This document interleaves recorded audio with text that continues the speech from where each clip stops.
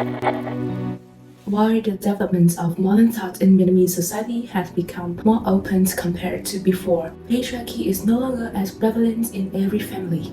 However, patriarchal attitudes still emerge in some areas, and there are still many cases receiving much debate from social media users.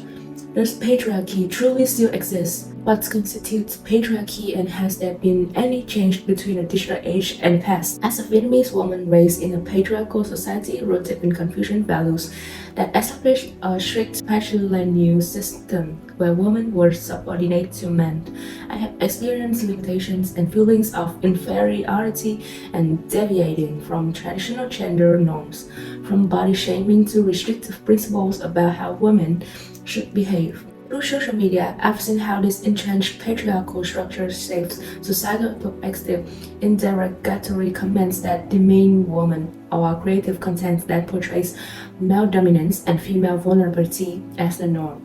Today, let's examine the deep-rooted concept of patriarchal influence in the perpetuating harmful gender stereotypes, especially its manifestation in Vietnamese culture and its evolving impact of social media audiences. To understand patriarchy's influence, we must first define what it is. Patriarchy refers to a system of social structures and practices where men hold the dominant power and privilege over women. The word stems from the ancient Greek patriarchs, mean father or chief of a race, establish male authority as a foundation. In Vietnam, patriarchal attitudes are often displayed by men due to the long-standing influence of Confucian values and the feudal system that granted authority to male household heads. This historical entrenchment of patriarchal ideology in Vietnam has contributed to their persistence today. Despite legal reform promoted gender equality, patriarchal attitudes manifest through men's attempts to control decision-making, restrict women's autonomy, and demand obedience within familial and societal structures. Patriarchal ideologies cast men as rational, strong, and decisive breadwinners while portraying women as overly emotional, irrational, weak, and nurturing. It promotes rigid gender stereotypes that confine women to domestic roles, that the notions that a woman's job is to look after home and family, while men are the providers. However, this patriarchal mindset is more evident among the generations of our grandparents and parents, while the current young generation of Vietnamese has become less overtly patriarchal. Nonetheless, they have not been able to escape the notion of patriarchy completely. Those with patriarchal tendencies frequently have a strong influence from their upbringing and family history. Patriarchal attitudes are passed down from grandparents to fathers, who impose them on their sons and wives within the family. When sons raised with patriarchal values get married, they bring those ingrained attitudes into their new family culture. Patriarchy stems from insecurity and low self-esteem in the individuals who embody it. They lack confidence that their character and personality can benefit their family, lineage, and community positively. Instead, they wield physical power and negative traits to exert dominance and control over those they subjugate.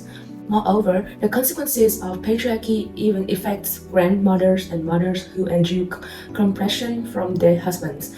They may perpetuate this harmful patriarchal cycle to impose unreasonable conditions and demands for obedience on their daughters-in-law and subsequent generations. If we cannot recognize the detrimental impacts of patriarchy, we risk being trapped in a vicious cycle of tragedy where the victims can never escape. You can see examples of this stereotype reinforced in most Vietnamese advertisements about family life, where wives and women are consistently associated with image of a kitchen, while the husband is depicted separately working or relaxing while the wife cooks. This subtly but persistently creates an ingrained way of thinking that everyone accepts as the norm. In Vietnamese specifically, researchers have documented the prevalence of this stereotypical portrayal of women confined to domestic role in television, advertisement, and other media. A content analysis of Vietnamese advertisement found the most common depictions were of women working inside the home on household chores and child care. For me personally, I'm fortunate to be raised and grow up in a family with an open mindset from my parents and without any patriarchal attitudes. My parents both contributed and shared stories about their careers and family responsibilities to always maintain a balanced life. As a daughter from a young age, I was taught cooking, household, and the demeanor of women because my parents were aware that the outside society still had many disadvantaged norms and frameworks for women so that I could be independent later on. I also have an older brother, although he didn't contribute much to the housework and cooking, but always took on the more strenuous roles, and most importantly, my brother was also taught to love and respect women. So I feel fortunate to have been born in a family with gender balance and fairness. However, when going out in society, I realize many people not only impose their thinking on their families but also on outsiders. As a woman whose figure does not fit the common petite standards for Vietnamese girls, I often hear comments from people around me criticizing and imposing what I should look like or what I should do in order to get married. Worse yet, one time when shopping, the common sizes for Vietnamese women were only XS to M, and when I asked for a larger size, I received the response, "You should lose weight." Just being imposed with appearance standards made me feel that uncomfortable. But when I hear the stories of the women around me, many things happening to them and even more horrific and difficult. Let's listen to my mother, Mrs. Yang, 60 years old, share a story about her best friend, a Vietnamese woman in the previous generation. Việt Nam vì nó là quan hệ phụ hệ chứ không phải là mẫu hệ. Nếu thì không sinh được con trai thì cái dòng họ đấy một lúc nào đó sẽ khi mà cái người đàn ông cuối cùng của dòng họ đấy không còn nữa thì không còn ai để duy trì nói giống cả. Đấy là quan điểm cổ xưa ở Việt Nam nói riêng và ở châu Á nói chung. Thế là tất cả chúng tôi đều, đa số bạn bè chúng tôi đều đi học, có học hành, có trình độ. Nhưng mà khi chọn lựa phối ngẫu thì chúng tôi không thể biết được, hầu như ít khả năng cái bộc lộ ra trường đấy cho đến khi tình cảm đấy biến thành hôn nhân và biến thành một gia đình mới. Ba chồng của bạn tôi rất coi trọng con trai và coi thường con gái và coi thường con dâu. Chính mẹ chồng của bạn tôi cũng có biểu hiện đấy, và chồng của bạn tôi có những cái áp đặt đòi hỏi, ví dụ như phải sinh con trai.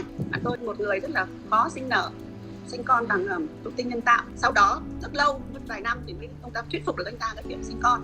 Và sinh con ra thì em bé đây là con gái. Sau đó lại tiếp tục đòi hỏi là bạn tôi phải tiếp tục sinh một lần nữa để cho ra bằng được con trai. Nhưng mà ngay cả khi khoa học can thiệp, cái chuyện đó cũng rất khó khăn, tuổi cũng cao, cơ thể nó không thích ứng trong cái trường hợp tinh nhân tạo lần thứ hai thì kết luận là không có kết quả. Nhưng ông ta luôn luôn có một cái ước mơ rằng phải sinh con trai để tiếp tục nối dõi gia đình. Sau đấy anh ta có quan hệ ngoài luồng và có một đứa con trai. Anh ta lập tức về bỏ vợ để xây dựng một gia đình mới. Về mặt kinh tế anh ta là người thành công, anh ta chăm sóc tốt các con của mình. Đứa con gái của anh ta với bạn tôi cũng được chăm sóc tốt, cho được ăn học, nhưng lại giao một trọng trách là phải chăm sóc đứa con sau của anh ta. Và điều đấy thì rất là khó cho thời bây giờ. Gia đình anh ta cũng làm thành công, cũng là doanh nhân thành đạt, nhưng tư tưởng trọng nam khinh nữ vẫn rất là phổ biến và xuyên suốt của hôn nhân của bạn tôi. Đến bây giờ thì bạn tôi đã thoát ra khỏi cuộc hôn nhân đấy và cảm thấy rất thoải mái. Nhưng thực sự đấy là một vết thương mà không thể thay đổi, rất khó với một người phụ nữ. And how about a young generation in my age? Let's listen to the story of my friend, a Vietnamese girl. Từ khi còn nhỏ, tôi đã phải đối mặt với nhiều định kiến và kỳ vọng khác nhau dành cho con trai và con gái trong gia đình lẫn xã hội. Cha mẹ thường khuyên tôi nên ngoan hiền, dịu dàng, chăm chỉ làm việc nhà hơn là theo đuổi sự nghiệp hay hoạt động ngoài xã hội. Và khi lớn lên đi làm thì tôi cảm nhận rõ sự phân biệt đối xử về giới trong môi trường làm việc. Phụ nữ thường bị đánh giá năng lực thấp hơn nam giới và ít được tín nhiệm giao những vị trí quan trọng hay là cơ hội thăng tiến. Nhiều lần tôi cảm thấy bị xem nhẹ, không được lắng nghe ý kiến chỉ vì là phụ nữ. Until now, we have heard stories about the disadvantages faced by women. In addition, there will be stereotypes about certain modes regardless of gender. To have a fairer view, let's listen to sharing and opinions from my male friend, Phúc. Xã hội sẽ quy chụp cho người đàn ông là phải mạnh mẽ, không có được thể hiện nhiều cảm xúc cá nhân của họ quá. Nếu mà người đàn ông đó mà thể hiện nhiều cảm xúc cá nhân thì người ta sẽ xem nó giống như là một cái sự yếu đuối vậy đó. Về mặt khía cạnh gia đình đó thì nam giới thường sẽ là trụ cột của gia đình, thường là những người thành viên trong gia đình sẽ phụ thuộc vào người đàn ông này, cho nên là họ sẽ có một cái áp lực rất là lớn về mặt tinh thần là phải là một chỗ dựa vững chắc cho gia đình. Họ không có khả năng tổng cảm xúc, cho nên là thường sẽ họ sẽ dùng bạo lực để giải quyết cái vấn đề đó. Consequently, many Vietnamese men feel intense pressure to sacrifice their emotional well-being to meet society expectations of them as patriarchal family figures heads.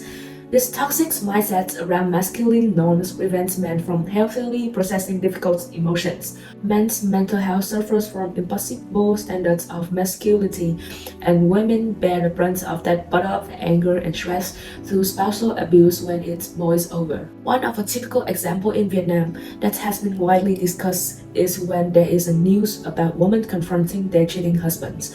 People commenting by blaming the wife, saying she must not have fulfilled her wifely duties, not taking proper care of her husband and children, which is why the man cheated, or that the wife did not maintain her beauty and attractiveness, causing the husband to stray.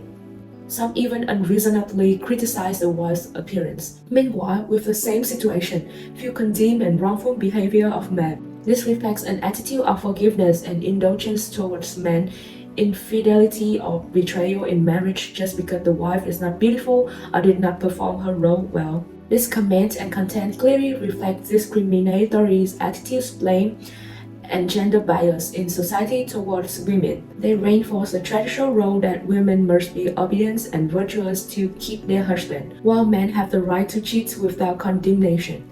This is very unfortunate and needs to change. The prevalence of such viewpoints on social media normalizes the notion that it is acceptable for men to be unfaithful if their wives do not live up to the patriarchal expectation of beauty, domesticity, and subservience. The burden is placed entirely on women to maintain the marriage through their looks and labor, while men face no accountability.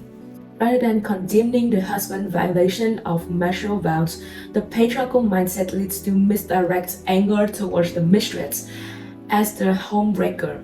This absolves men of culpability for their own immoral choices. Ultimately, this tendency to attack other women reveals how patriarchal gender norms in Vietnamese culture disempower wives and strip them of autonomy of their marriages. It places excessive responsibility on women to single-handedly uphold family unity through their labor and obedience, while excusing male indiscretion. This kind of misogynistic narratives reveal how deeply ingrained patriarchal mindsets are, even in modern Vietnamese society. They demonstrate a lack of respect for women's autonomy and the perpetuation of rigid gender roles that restricts female identity to being an obedient wife and mother figure. Social media platforms can serve as spaces for Vietnamese youth to express alternative viewpoints that counter deeply ingrained patriarchal attitudes and gender stereotypes promoted by older generation or conservative institutions. Online, Vietnamese women may find communities to voice experiences with gender discrimination, domestic violence, or restrictive gender roles. Recently prominent in Vietnam is the case patriarchal attitudes and domestic violence against the wife by an influential couple on social media.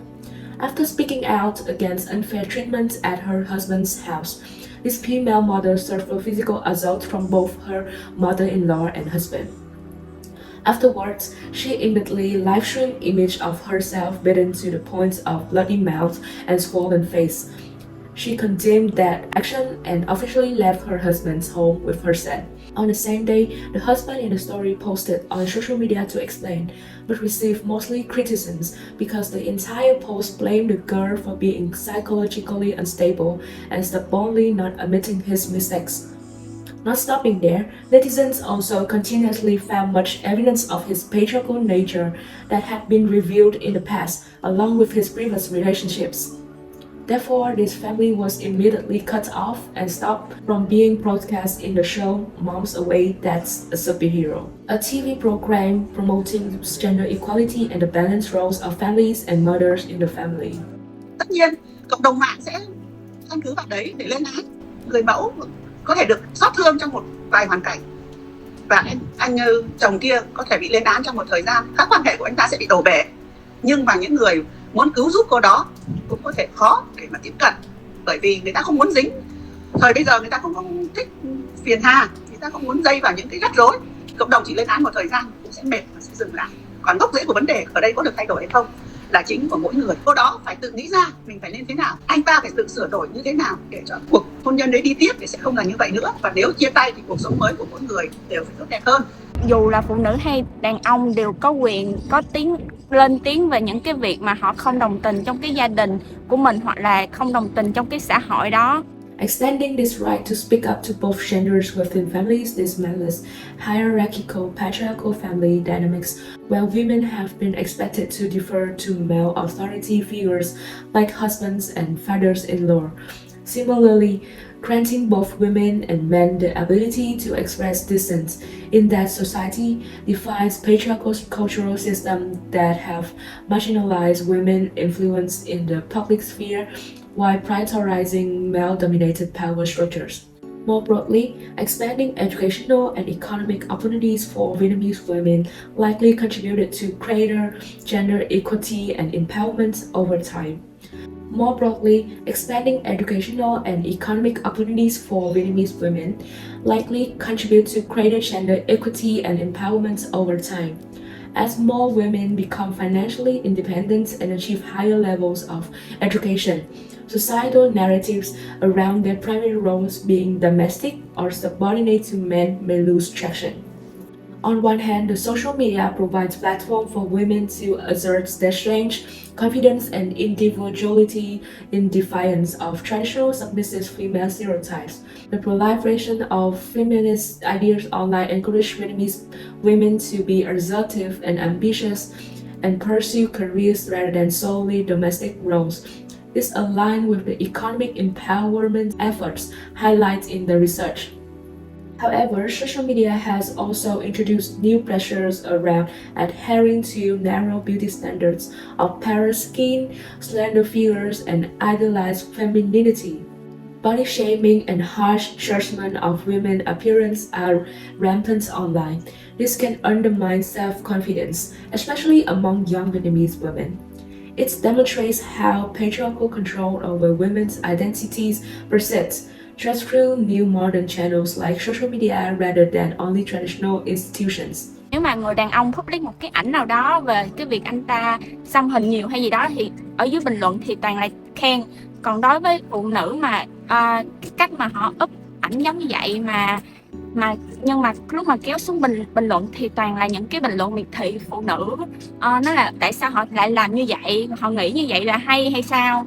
Thì mình đã gặp khá nhiều những cái comment như vậy ở trên mạng xã hội. While empowered to be ambitious, Vietnamese women still face policing of their physical appearance and pressure to conform to specific beauty norms dictated by societal expectations.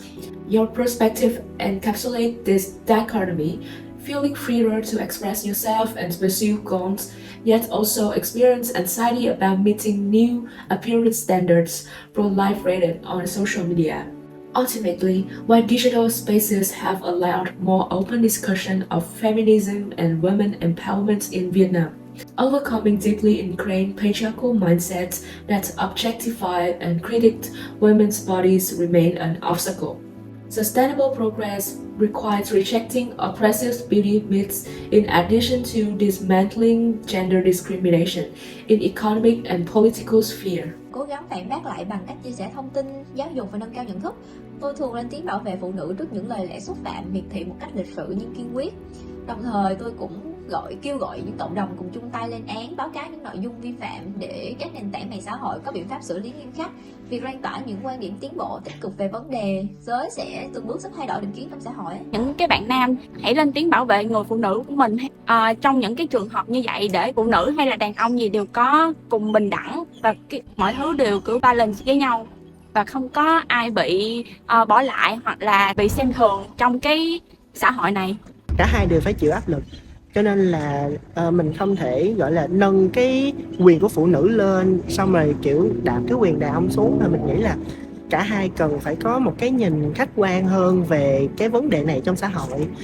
Người ta phải biến thành một người dùng mạng thông minh, biết chọn lựa, biết suy xét và luôn luôn bình tĩnh trước những cái hình ảnh và không nên có những nhận xét hồ đồ. Muốn vỗ tay thì phải dùng hai tay, muốn nâng cao bình đẳng giới thì người phụ nữ biết vai trò của mình, người đàn ông biết vai trò của mình, hai bên cùng hỗ trợ một sự tương tác nhất định giữa nam giới và nữ giới sẽ tạo điều kiện tốt cho sự bình đẳng giới phát triển và biến thành công bằng trong xã hội. As a communications activist, I see immense potential in leveraging social media to shatter patriarchal myths and empower Vietnamese women. We must amplify stories celebrating women's remarkable achievements across education, careers, entrepreneurship, and leadership roles which historically dominated by men. When young girls see viral content of Vietnamese women like themselves thriving as scientists, CEOs, and change makers rather than just homemakers, it expands their perception of possibilities. Additionally, we need more visible feminist influencers and women rights activists amassing large followings online to raise consciousness about gender inequalities, advocate for reforms, and spread gender progressive ideas that deconstruct oppressive norms. In conclusion, this video podcast has shed light on the pervasive and deep-rooted influence of patriarchal attitudes in Vietnamese society. Through personal anecdotes spanning generations, we witness how patriarchal mindsets have manifested in oppressive ways, restricted women's autonomy, perpetuating rigid gender roles, enabling domestic violence, and subjecting women to unfair standards of behavior and appearance. As we navigate evolving societal values amidst Vietnam's development, it is crucial that we develop a nuanced understanding of patriarchy's insidious influence in order to challenge it effectively. Reflecting critically on our own internalized bias and calling out patriarchal narratives in our communities is key. Each of us has a role to play in rejecting the oppressive patriarchal ideology that have perpetuated gender-based discrimination and violence for far too long. By empowering ourselves with knowledge, amplifying progressive voices, and taking personal accountability, we can create a more equitable Vietnamese society that uplifts all genders equally.